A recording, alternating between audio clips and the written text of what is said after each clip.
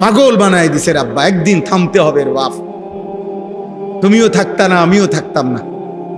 অহংকারীও থাকবে না, দুর্বলও থাকবে না, জালেমও থাকবে না, মজলুমও থাকবে না। আমরা হুজুররাও চলে যাব, আপনারা সাধারণ জনগণও কবরে চলে যাবেন না? কেউই থাকবো না, কেউই না। অন্যদেরকে জায়গা দিয়া আমাগরে কবরে চলে যাইতে হবে, কবরে চলে যাইতে হবে। কিন্তু এই রাত, এই দিন, এই ঘন্টা, মিনিট, সেকেন্ডের খোদার কসম আর কোনোদিন আড়াল করা যাবে না। এর হিসাব দিতে, এই হিসাব আমাদেরকে দিতেই হবে। কোন শক্তি দিয়ে আমরা আল্লাহর দৃষ্টি, আল্লাহর নজর থেকে আড়াল হতে পারবো? ও আসিররু কওলাকুম আবিজহারু বিহি ইন্নাহু আলিমুম বিদাতিস সুদূর। আল্লাহ তাআলা বলে, বান্দা যদি আস্তে কথা বলো তাও আমি জানি, যদি জোরে কথা বলো তাও আমি জানি, হৃদয়ে যা লালন করো তাও আমি জানি। প্রত্যেকটা নারী দেখলে, ছবি দেখলে, মোবাইলের অশ্লীল দৃশ্য দেখলে অন্তরের মধ্যে যা অনুভূত হয়, যা মন চায়, ওই নারীকে দেখে, ওই অশ্লীল ছবি দেখে খোদার কসম আল্লাহ বলে, বান্দা আমি জানি, আমি তার প্রতি ইঞ্চির, প্রতি সেকেন্ডের হিসাব নেব, তার জন্য আযাব নেব। ইন্নাস সামআ ওয়াল বাসারা ওয়াল ফুআদা কুল্লু উলাইকা কানা আনহু মাসউলা। আল্লাহ তাআলা কোরআনুল কারীমের মধ্যে বলছেন, তিনটি অঙ্গের ব্যাপারে আমি আল্লাহ তাআলা আলাদা জিজ্ঞেস করব। বিশেষ তিনটি অঙ্গ। এক নাম্বার হচ্ছে কান, দুই নাম্বার হচ্ছে চোখ, তিন নাম্বার হচ্ছে অন্তর। এই তিন অঙ্গে যাবতীয় কাজ। এই পৃথিবীতে যে ভালো কাজ করে, তার ভালো কাজ করার জন্য প্রধান অঙ্গ এই তিনটা। কানে শোনে, চোখে দেখে, হৃদয়ে ভাবে। ঠিক গুনার জন্য এই তিনটা অঙ্গ বেশি ব্যবহার হয়।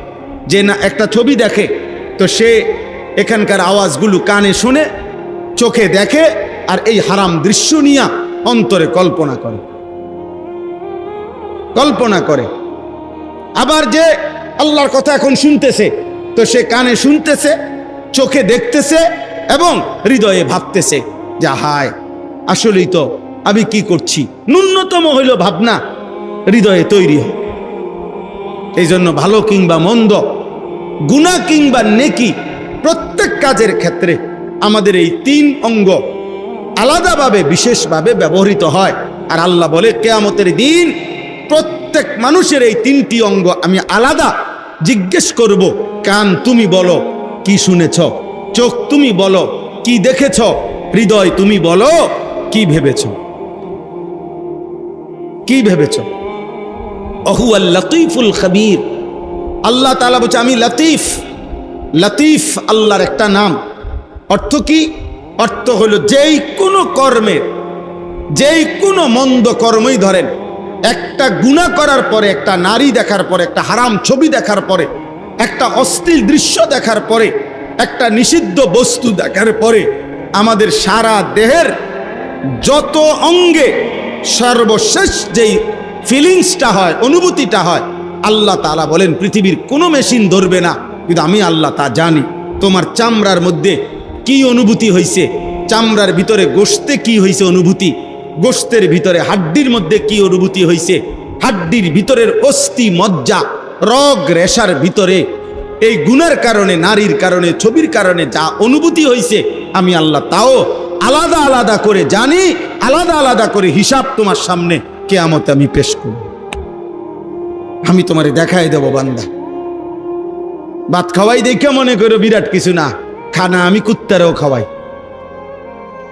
ঘুম পাড়াই দেখে মনে করো না আমি বিরাট কিছু দিয়ে রাখছি না, ঘুম আমি কুত্তার চোখেও দেই। পেশাব পায়খানা করো দেখে মনে করো দুনিয়া ভোগ করছো, না না, দুনিয়া তো আমি জানোয়ারকেও ভোগ করতে দেই। দুনিয়া কাউকে ভোগ করতে দিলে তো কিছু না, তেমন কিছু না। আল্লাহ তাআলা এই জমিন আমাদেরকে, আমাদের জন্য দিয়েছেন, তিনি দিয়েছেন, আল্লাহ তাআলাই দিয়েছেন।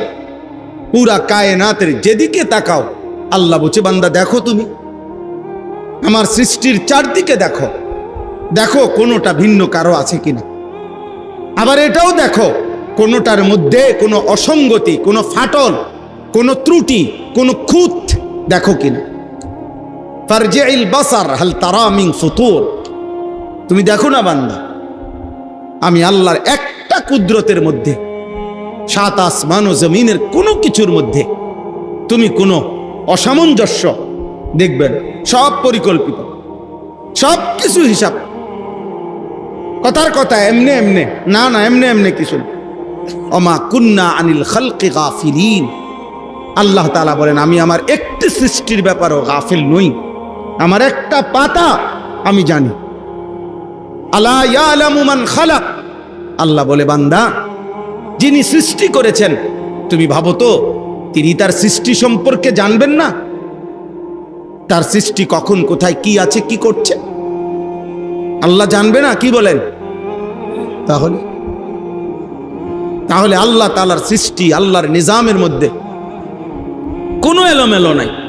ওয়ালান তাজিদা লিসুন্নাতিল্লাহি তাবদীলা। এত বেশি পরিমাণ ছেলে পেলে তোমরা, চারিদিকে এই অবস্থা। আহা, দেশকে দেশ, মহল্লাকে মহল্লা, মুসলিম কিশোর সমাজ, ছেলে সমাজ, যুবক সমাজ 5 ওয়াক্ত নামাজের সময় মসজিদের ডানে বামে আশেপাশে রাস্তায় ঘুরতেছে। কে মা, কে বাবা, কে দাদা, কে দাদা দাদি, কেউ কি তারে আল্লাহর কথা চিনায় নাই? কেউ কি তারে আল্লাহর কথা বলে নাই? তার কপালে কি কোনোদিন একটা সেজদা জুটবে না? মুসলমানের ঘরে ঘুমায় 365 দিনে, খোদার 1 বছরে এমন বদনসিব মুসলমানের সন্তান আছে যাদের বাবা মা জীবিত, কিন্তু এই নাফরমানের, এই হাইওয়ানের কপালে কোনোদিন বছরে একদিনও ফজরের নামাজের সেজদা জোটে না। আহা, মা কোথায়, বাবা কোথায়? কে অভিভাবক? কে সৃষ্টি করলেন? কে ঘুম দিলেন? কে ঘুম থেকে জাগাইলেন? কে সুস্থ রাখলেন? কে রিজিক দিলেন? কে খাদ্য দিলেন? কে খাবারের লোকমা দিলেন? একটা একটা নিঃশ্বাস দিলেন। ও ছোট ভাই, ছোট ভাই, এন থেকে বাইরো। আব্বা, তোমার মতো 2টা বেয়াদব না বসলেই ভালো। বাবা ওঠো, ওঠো আব্বা, ওঠো, যাও এন থেকে, যাও না বাবা, এন থেকে চলে যাও, যাও আব্বা যাও। বাইরে গিয়া মোবাইল, কোনো গরু ছাগল দেখো কিনা ওইটা উঠাও, যাও আব্বা, কোনো ছাগল উঠাও গিয়া।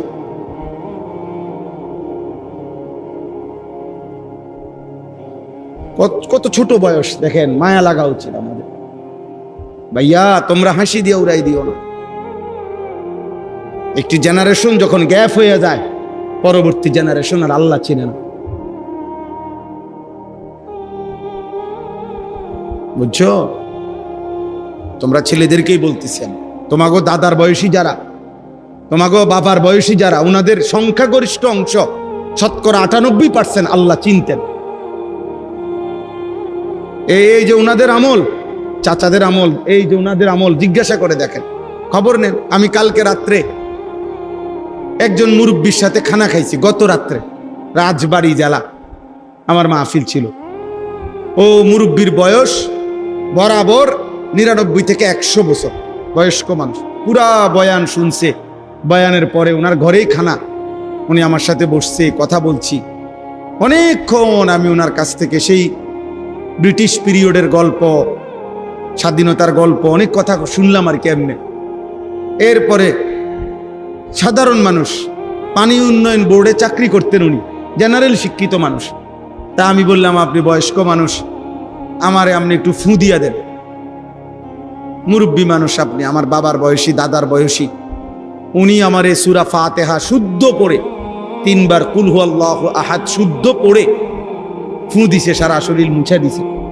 আমি রীতিমতো অবাক, একজন জেনারেল মানুষ, কিন্তু এমন সুন্দর কোরআন শরীফ পড়ছে, সূরা কেরাত পড়ছে। 100 বছর আগে মক্তবে শিখছে, 100 বছর আগে। আজ 100 বছর পরে ওনার পূর্ণ স্মৃতিশক্তি আছে এখন, একেবারে সব কথা। আমি বললাম যে আপনি, আমি কি বলছি ওয়াজে আপনি কইতে পারবেন? অনেকগুলো কথা বলছে, আপনি এই বলছেন।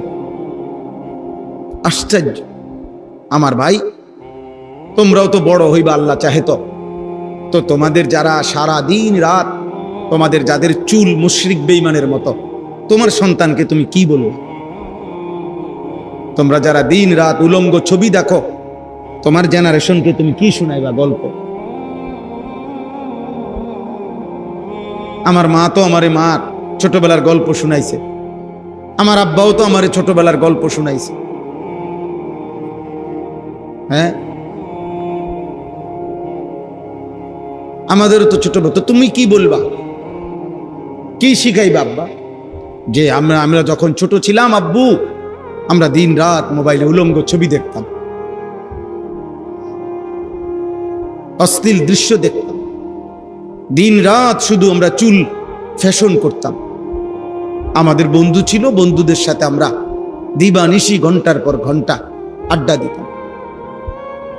আমার তো আলহামদুলিল্লাহ একথা স্পষ্ট মনে আছে, তৃতীয় শ্রেণীতেই স্কুলের ক্লাস 3-তে প্রাইমারি স্কুলে পড়তেই আমি আমার মার কাছে বলা যায় ইসলামের ইতিহাসের অসংখ্য গল্প কাহিনী শুনে ফেলছি। বেল্লালের কাহিনী শুনতাম, হাসান হোসেনের কাহিনী শুনি না কত কাঁদছি। মারে প্রায় কইতাম, মা আবার কন্যা, কারবালার ঘটনা আবার কন। আমার আম্মা 4র্থ শ্রেণী পাস, শুধু ক্লাস 4 পর্যন্ত পড়ছে, 5-এ পড়ে নাই। 5-এর বছর মার বিয়ে হয়ে গেছে। আগে এমনই ছিল, আগে এমন ছিল না, আগে এমনই ছিল মহিলারা। কে 4-5-এ পড়ছে, এর দূরও পড়ছে না অনেকে। মক্তবের হুজুরের থেকে কদ্দু শিক্ষা নিছে আলহামদুলিল্লাহ, ওই নিয়েই মা আমার আমগরে 5 ওয়াক্ত নামাজে অভ্যস্ত করাইছে। আমরা 5 ভাই আলহামদুলিল্লাহ, 5 ভাই আলেমে দ্বীন হইছে। এই 4র্থ শ্রেণী পড়ুয়া মায়ের সন্তান আমি। আব্বা বুঝতে শেখেন, নিজেরে এভাবে নষ্ট করে দিয়েন না আব্বা, এমন হায়াত আর আসবে না। প্রতিদিন যুবকও মারা যায়, বুড়াও মারা যায়, কোলের বাচ্চাও মারা যায়। এই এখন আমি একজন ভাই আমার সাথে জড়ায় ধরে কাঁদছে ওইখানে চান্দিনা, যে হুজুর আমার বাচ্চাটা আজকে জন্ম নিছে, আজকে আবার মারা গেছে। লোকটা অজরে কাঁদতেছে, ওই যে দোয়া করে।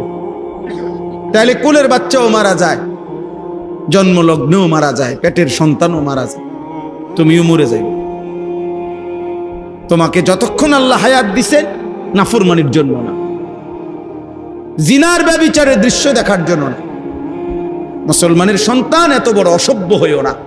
একটা লজ্জাস্থানের জন্য, একটা লজ্জাস্থানের চাহিদার জন্য এমন সুন্দর হায়াত জন্তু জানোয়ারের মতো নষ্ট করে দিও,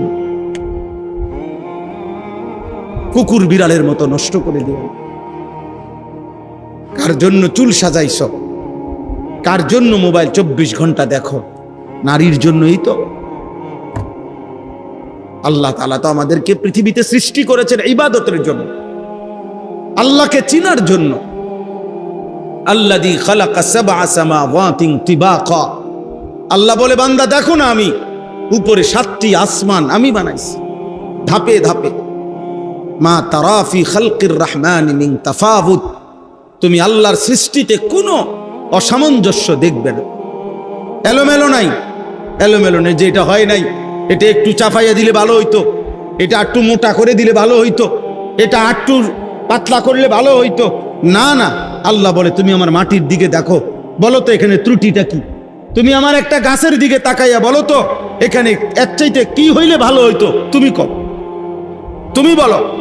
আমার সূর্যটার দিকে তাকাইয়া বলো বান্দা এখানে কি হইলে ভালো হইতো, বলেন। পৃথিবীতে কোনো বিজ্ঞানী, কোনো গবেষক আজ পর্যন্ত আল্লাহর কোনো সৃষ্টির ব্যাপারে এটা বলছে যে আকাশে এটা হইলে ভালো হইতো, মাটিতে এটা হইলে ভালো হইতো, বলতে পারছে ভাইয়া? আল্লাহ বলে মা তারা ফি খালকির রহমানি মিন তাফাউত, বান্দা দেখো চারদিকে আমার সৃষ্টির মধ্যে তুমি কোনো খুঁত অসামঞ্জস্য কিছুই নাই। ফারজিল বাসার, আবার দেখো, প্রয়োজনে প্রয়োজনে বিরোধিতার নিয়তে দেখো, দোষ ধরবার নিয়তে দেখো, ভুল ধরবার নিয়তে দেখো। এই পৃথিবীর ইতিহাসে অসংখ্য ঘটনা আছে।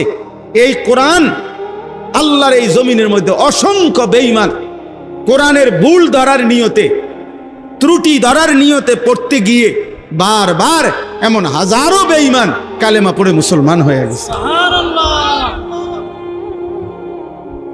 দোষ ধরতে গিয়ে, ভুল ধরতে গিয়ে। মাওলানা সাহেব আমার আগে লম্বা সময় কোরআনুল কারীমের উপরে বয়ান করছে, আমি তো অনেকটা শুনছি। এজন্য আল্লাহ তাআলা বলছে তুমি দেখো বান্দা, চারিদিকে দেখো। আমি আপনাদের কাছে অনুরোধ করি, আপনারা বাবারা আছেন অল্প কয়েকজন, তোমরা কিশোর নওজোয়ান আছো ভাই, দোস্ত, একজন বক্তা হিসাবে না, এক ভাই হিসাবে বললাম, তোমাদের যাদের বয়স 16 বছর, তুমি আমার সন্তান, আমি বাপ হিসাবে বললাম, এমন সুন্দর হায়াত নষ্ট করে দিও না।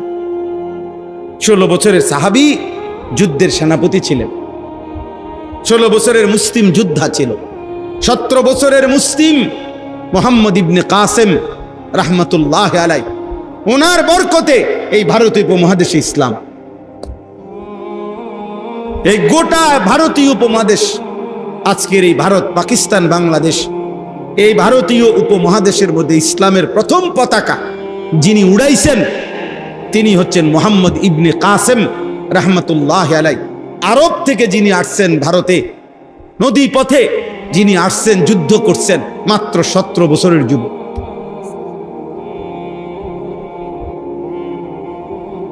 আর তোমরা দিন রাত কি চুল রাখছো, এগুলা কি করতেছো, কেন হাসতেছো, কেন মজাক করো? কেউ কাউরে ঠেলা দিও না, এই বেটা সাবধান, তোমার জন্য বলছি। তুমি আরেকজনকে আবার টিটকারি করো কেন? নিজের দিকে দেখো মিয়া, নিজের বেয়াদবির তো শেষ নাই, আরেকজনকে আবার তুমি মস্কারি করবা কেন? তুমি ভাবো মিয়া, তুমি মানুষ না পশু? ভাবো মিয়া, মানুষ হবা কোন দিন?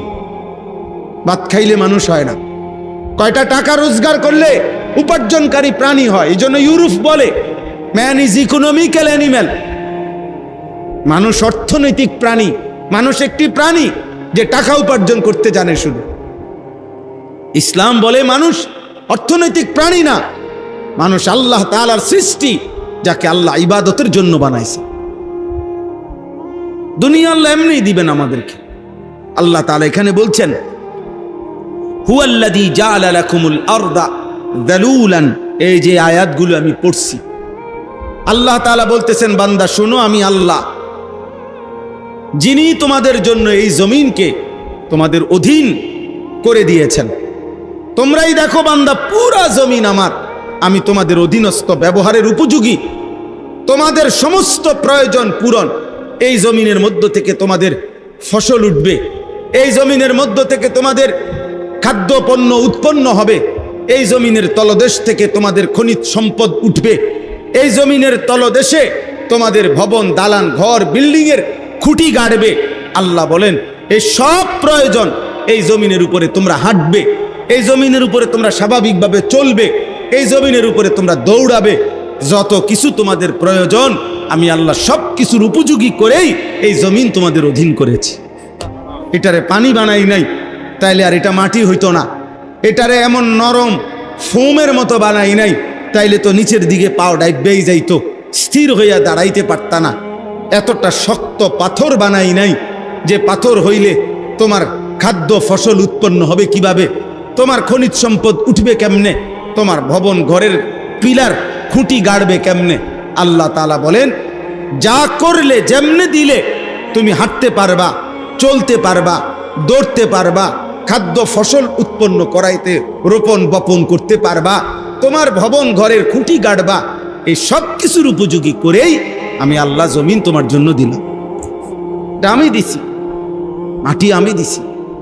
আহা দুর্ভাগ্য ভাইয়া, দুর্ভাগ্য রে, তোদের কপালে দুর্ভাগ্য যারা আল্লাহ চিনলা না, সেজদা চিনলা না, নামাজ চিনলা না।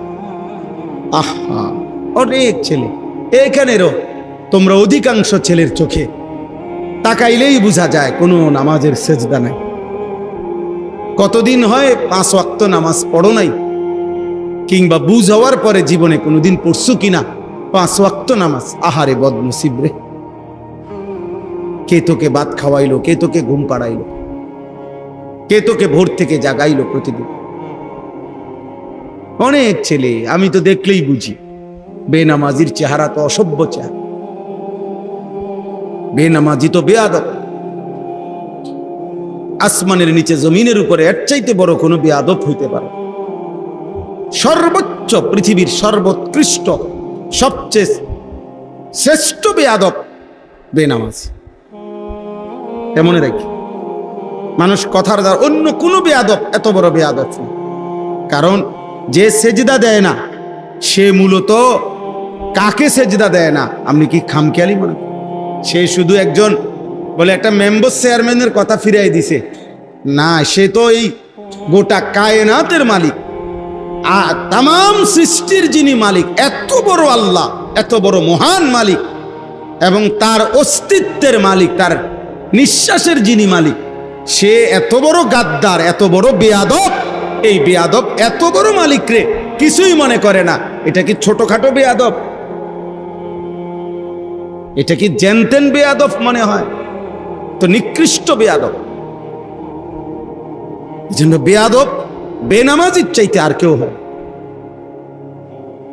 এটা যদি আজকে বলতো যে মানে সাধারণ একজনে কইছে আমি এটা পাত্তা দিলাম না, এ তো আল্লাহর কথাকে পাত্তা দিচ্ছেন। যার হাতে তার জান, যার হাতে তার বেঁচে থাকা, যার হাতে তার সৃষ্টি, যার হাতে তার নিঃশ্বাস। অতএব প্রিয় ভাই, একজনেরও যদি বিবেক থাকে তুমি ঘুরে দাঁড়াও। বন্ধুদের দিকে তাকাইয়া পারতা না। শয়তান বন্ধুরা দুষ্ট সমবয়সী ভালো হতে দেয় না, নষ্ট করে দেয় বেশি। আমার আজীবনের অভিজ্ঞতা, আমার জিন্দিগি পোলাপান নিয়ে আমি জীবনটাই ফিকির করি সারা দিন রাত। এই কিশোর নওজোয়ান ছেলে পেলে তোমাকে চলাফেরা আমি দেখি, আমি তাকায় তাকায় অনেক সময় রাস্তাঘাটে চলতে ফিরতে দেখি ছেলে পেলে কি করে, কি করে। সমবয়সী বন্ধু ভালো হতে দিবে না। ও তোমার মোবাইলে টাকা নাই, ও তার মোবাইলে টাকা ঢুকাইয়া তোমার উলঙ্গ ছবি দেখা। তুমি মদের আড্ডা চেনো না, ও চিনাই দিবে। তুমি জুয়ার আড্ডা চেনো না, ও তোমারে বুঝাই দিবে। ও তুমি নর্তকী চেনো না, তোমারে ও জুয়ান জিনার আড্ডা, হারাম নারী, অসভ্য নারী, চরিত্রহীন নারী কোথায় আছে তোমারে সে খুঁজে দিবে। সমবয়সী ভালো হতে দেয় কম, নষ্ট করে দেয় বেশি। এটাই বাস্তবতা। আল্লাহ আমাদেরকে বুঝ দান করেন। কোরআনুল কারীমের মধ্যে আছে, আল্লাহ তাআলা বলছেন ওয়ালা ইয়াসআলু হামীমুন হামীমা ইউবাসসারুনাহু। কিয়ামতের দিন সবচেয়ে ঘনিষ্ঠ বন্ধু নিজ চোখে বন্ধুকে দেখবে কিন্তু কিছুই জিজ্ঞেস করবে না। হামীমুন জিজ্ঞেস করবেন, কিছুই জিজ্ঞেস করবেন। আল্লাহ আমাদেরকে বুঝ দান করেন। তাইলে বলতেছিলাম, আল্লাহ তাআলা বলেন বান্দা এই জমিন আমি তোমাদেরকে দিয়েছি, অধীনস্থ করেছি, আমি জালুল, তোমাদের ব্যবহারের উপযোগী করেছি, তোমাদের ব্যবহারের উপযোগী করেছি, আমি তোমাদের অধীন করেছি। কোরআনুল কারীমের মধ্যে আছে ওয়াযাল্লালনাহা লাহুম। আল্লাহ বলেন চতুষ্পদ প্রাণী আমি তোমাদের অধীন করেছি। নাই তো গাধা, ঘোড়া, খচ্চর এগুলোর মধ্যে তোমরা চড়তে পারতা না, নয়তো গরু, ভেড়া, মহিষ তোমরা এগুলা জবাই করে খাইতে পারতে না। একটা মহিষ তার প্রচন্ড শক্তি, সে যদি বাস্তবিকে তার শক্তি দিয়া তোমার সাথে লড়াই করে তুমি তার লগে পারতা না। একটা 3 লাখ টাকার গরু, ষাঁড়, বলদ, তার প্রচন্ড শক্তি, সে যদি তার পূর্ণ শক্তি প্রয়োগ করে তোমার বাফের ক্ষমতাও নাই তারে শোয়াইব। আল্লাহ তাআলা বলেন ঠিক তার জবাইয়ের মুহূর্তে আমি আল্লাহ কুদরতি ভাবে তাকে তোমার অধীন করে দিয়েছি। কারণ আমি এই যে কতক্ষণ ঠেলাঠেলি করে ওই কতক্ষণও তার রুহুর বাকি টাইম, বুঝেন নাই কথাটা?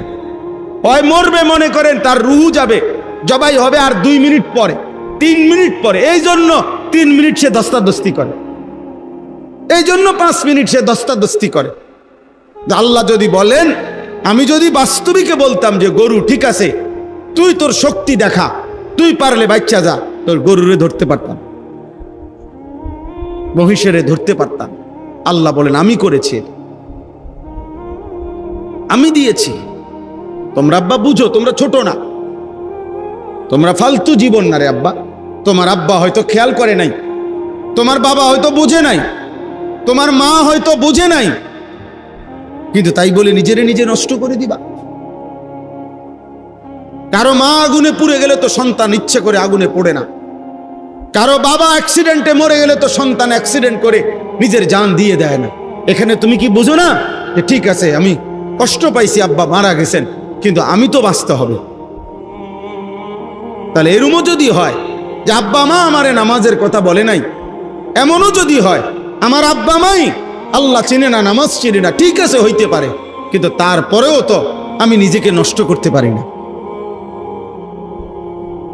তারপরেও তো হযরত ইব্রাহিম আলাইহিস সালামের আব্বা তো ছিলেন মূর্তি পূজক, কিন্তু মূর্তি পূজকের ঘরে তো তিনি নবী, তিনি তো নবী। হযরতে আসিয়া এই মহিলার স্বামী তো ছিল ফেরাউন। ফেরাউনের স্ত্রী হয়ে যদি তিনি মৃত্যু পর্যন্ত ঈমানদার হইতে পারেন, তাহলে পৃথিবীর বাকি মহিলাদের বাধা কোথায়? আমাদের সমাজের মহিলাদের বাধা কোথায়? একটা ঠুনকো যুক্তি দেখায় দিছে। স্বামী কইছে বেফর্দা হইতো, বাসুরের সামনে যাইতো, দেবরের সামনে যাইতো, একটা যুক্তি।